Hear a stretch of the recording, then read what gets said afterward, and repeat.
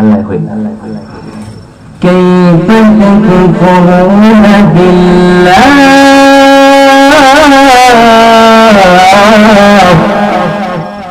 وكنتم أمواتا فأحياكم ثم يميتكم ثم يحييكم ثم إليه ترجعون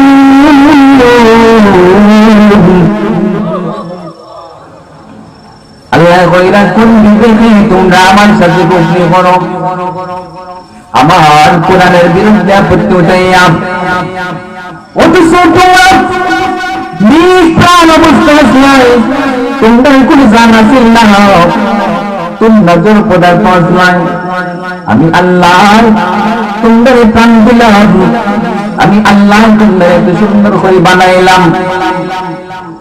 এই প্রাণ দুনিয়ার জমিনে তোমরা চলাফেরা করো না, সব চিল্লায় কিন্তু আমি আল্লাহর চিল্লায় না। এই দুনিয়ার জিন্দগি শেষ করে লাইলাম আমি আল্লাহ তোমরা আবার তোমরা জাননি মুগিয়া তোমরা আবার মৃত্যুবরণ করবাই, তোমাদেরকে কবরস্থ করাইব, দাফন করাইব, দাফনের শেষে আমার তোমরা আমি আল্লাহ জীবিত করব। আল্লাহ আবার প্রাণ দিলাম, আবার কবরে যখন আমদারে রাখিয়াইবাম আবার সাথে সাথে দান দিয়া দুইজন ফেরেশতা আল্লাহ দিবা মুনকার নাকির দুইজন ফেরেশতা আইবা সওয়াল করবে। আল্লাহ কইরা যে এই যে আমদারে দান দিয়ে আমরা জীবনে সৃষ্টি হইলাম, আমরা আল্লাহ ওদিকে দান দিলা, প্রাণ দিলা, সুন্দর দেখো বডি দিয়ে সৃষ্টি করলাম, কিন্তু আমরা এই বডি পাইয়া শক্তি পাইয়া আমরা আল্লাহর বিরুদ্ধে আপত্তি দিই।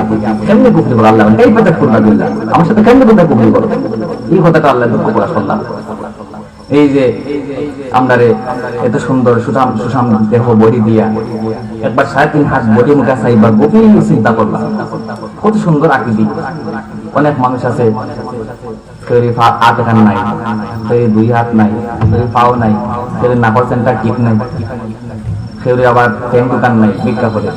চিন্তা করে দেখেন আল্লাহ তাআলা আমরারে আল্লাহ কাছে চাইছি না, বিনাই হয়ে আল্লাহ আমরারে যেটা দুনিয়ার জিন্দেগি আমরা কিছু চাইতে হইলে দাবি জানানি লাগে, একটু দামি দামি জিনিস দিয়ে আল্লাহ আমরারে বানাইছিলেন, কোনো আল্লাহকে চাওয়া পাওয়া নাই, বানাই না আল্লাহ সুন্দর করিয়া আর আমরা করি কিতা ওখান তো আল্লাহ দুঃখ প্রকাশ করছে।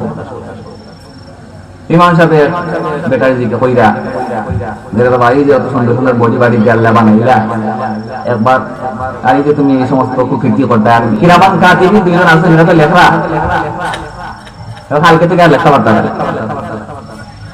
ইমাম সাহেব বড় খুশি হয়েছেন, তোর মনে হয় তৈরি আজকে তো বাতাই করে কি হইল, লেখার কাম শেষ আর লেখা না কিলার বা তুমি লেখার কাম শেষ করলি ভাই। আমি তো জীবনে উস্তাদ প্রতিদিন পড়ি না, আমার